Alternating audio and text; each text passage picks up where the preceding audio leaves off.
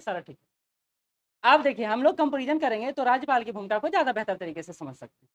राष्ट्रपति रामनाथ कोविंद जी ने बोला कि भारत का जो राज्यपाल है वो संरक्षक है, मार्गदर्शक, और जो संघीय व्यवस्था को चलाने का सबसे सहज माध्यम।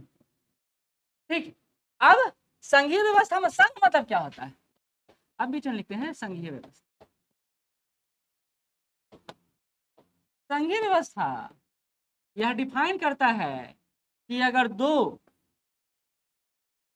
और अगर 3 है तो 3, ठीक है, कोऑर्डिनेट करके यानी समन्वयकारी तरीके से,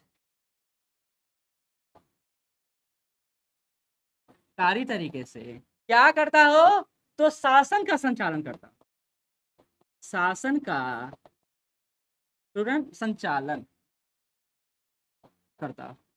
इसी व्यवस्था को संघीय व्यवस्था, फेडरलिज्म बोला जाता है। ठीक है, सिर्फ साथ चलने से काम नहीं चलेगा, वो उधर चल रहा है वो उधर चल रहा है। अच्छा, इस संघीय व्यवस्था का स्वरूप भारत के स्तर पर अलग और यूएसए के स्तर पर अलग, क्योंकि हमारे निर्माण की प्रक्रिया भी अलग। भारत का निर्माण सेंटर से फिर स्टेट को साथ लेकर हुआ है, वहां स्टेट से सेंटर का फॉर्मेशन हुआ। मतलब नहीं समझे, ये समझिए। हाँ तो बोलो नहीं समझे, मतलब अमेरिका पहले एक देश नहीं था, पहले विभिन्न राज्य थे, 11 प्रांत थे, और उन्होंने एक साथ मीटिंग किया और फिर बोला कि हम सब मिलकर काम करें।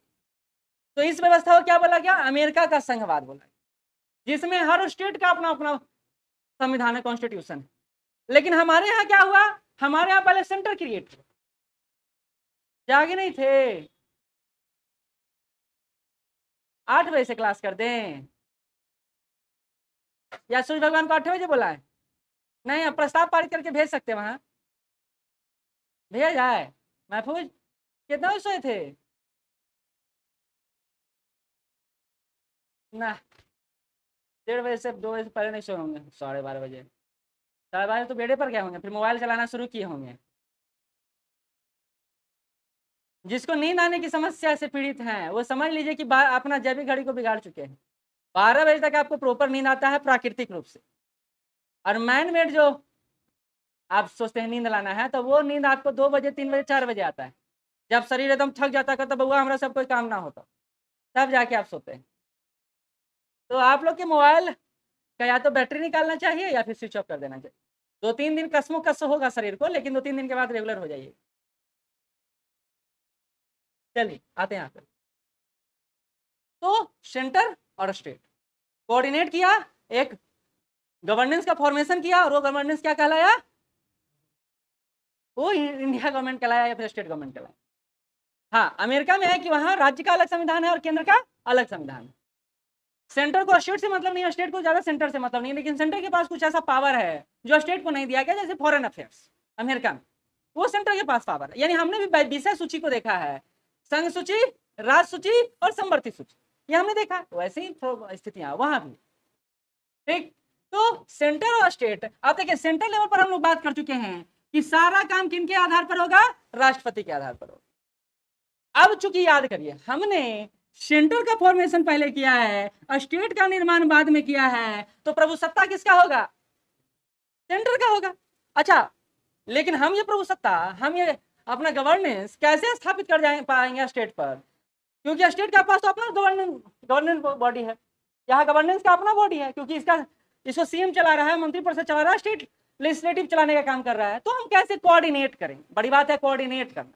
तो कोऑर्डिनेट करने का 2-3 साधन हमारे पास। साधन नंबर 1 क्या है, राष्ट्रपति है। अच्छा नहीं, साधन नंबर 1, ठीक है आप सभी सही बोले, संविधान है।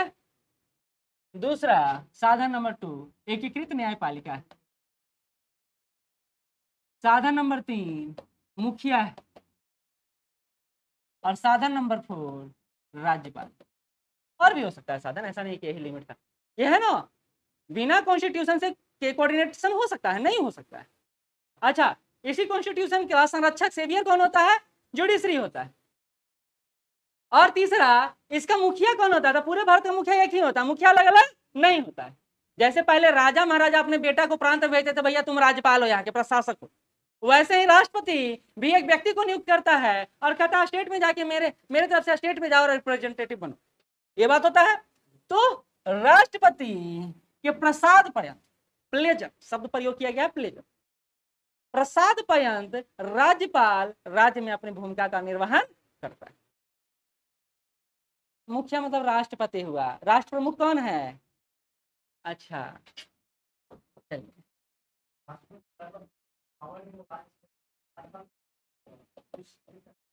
बिल्कुल नहीं। हम क्या बोले, राजा जब प्रशासक के रूप में अपने बेटा को भेजता था, हिस्ट्री में पढ़ते हैं, जैसे अशोक भी कहीं किसी राज्य में था तो क्या पावर देके भेजा? नहीं, वो स्टेट को चलाने के लिए जितना पावर नीड्स है वो आपको चाहिए। लेकिन यहाँ बोला गया राज्यपाल को आपके पास पावर है, लेकिन उसके पीछे निर्वर्धन है, मतलब रिस्ट्रिक्शन है। क्या है कि राज्य के मंत्रिपरिषद के सहयोग से आपको उसको प्रयोग करना। वो सारा बात पढ़ेंगे अभी धीरे धीरे, अभी इसको समझने में लगे हुए हैं। तो इसलिए राज्यपाल को केंद्र का एजेंट बोला जाता है, सेंटर केंद्र का एजेंट बोला जाता है। क्वेश्चन आया हुआ है, ठीक है। क्यों बोला जाता है? क्योंकि वो राष्ट्रपति के प्रतिनिधि के रूप में स्टेट में काम करता है। अच्छा, एक और काम, ये देखिए लाइन खींचा मैंने, सेंटर और स्टेट के बीच पुलिया का काम कौन करेगा? पुल का काम कौन, ब्रिज का काम कौन करेगा? तो वो राज्यपाल करेगा। तो ये ब्रिज का भी काम करता है, ठीक है।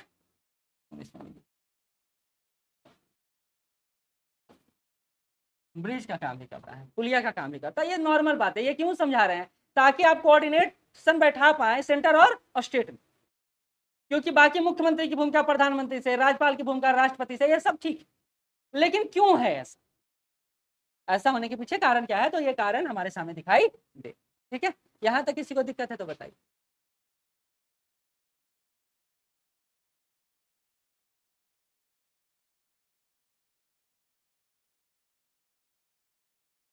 ठीक है,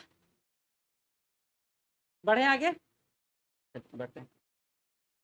कहता है आर्टिकल 153 153, हाँ तो अब इस पर आते हैं, सर तो आई नहीं। तो रामनाथ कोविंद ने जो बात बोला राज्यपाल के परिप्रेक्ष्य में, वो न्यायोचित है, वो सही है, क्योंकि हम मार्गदर्शक, अच्छा मार्गदर्शक कैसे और संरक्षक कैसे, अब इस पर बात करेंगे।